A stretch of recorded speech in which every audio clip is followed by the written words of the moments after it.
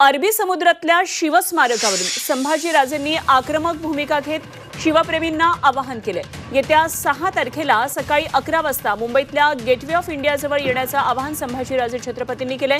24 डिसेंबर 2016 मध्ये पंतप्रधान नरेंद्र मोदी यांच्या हस्ते अरबी समुद्रामध्ये शिवस्मारकाचं जलपूजन करण्यात आलं होतं आणि या स्मारकासाठी कोट्यवधी रुपये खर्च देखील केल्याचं सरकार दप्तरी नोंद आहे। मात्र स्मारकाच्या कामाला अजूनही सुरुवात झालेली नाहीये आणि त्यामुळे शिवप्रेमी नाराज आहेत। तेव्हा संभाजीराजेंनी आवाहन केले, काय नेमकं संभाजीराजेंनी आवाहन केले एकदा आपण पाहूया।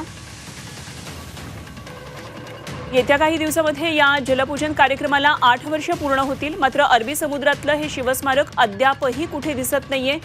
चला तर मग पंतप्रधान नरेंद्र मोदींनी जलपूजन केलेलं अरबी समुद्रातलं शिवस्मारक शोधयात्रा रविवारी दिनांक 6 ऑक्टोबर 2024 ला सकाळी ठीक 11 वाजता।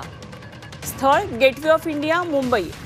अशा प्रकारे संभाजीराजे छत्रपतींना हे आंदोलन कसं होणार आहे आणि कशा प्रकारे शोध मोहीम शिवस्मारकाची असेल याबाबत ही पोस्ट केली आहे।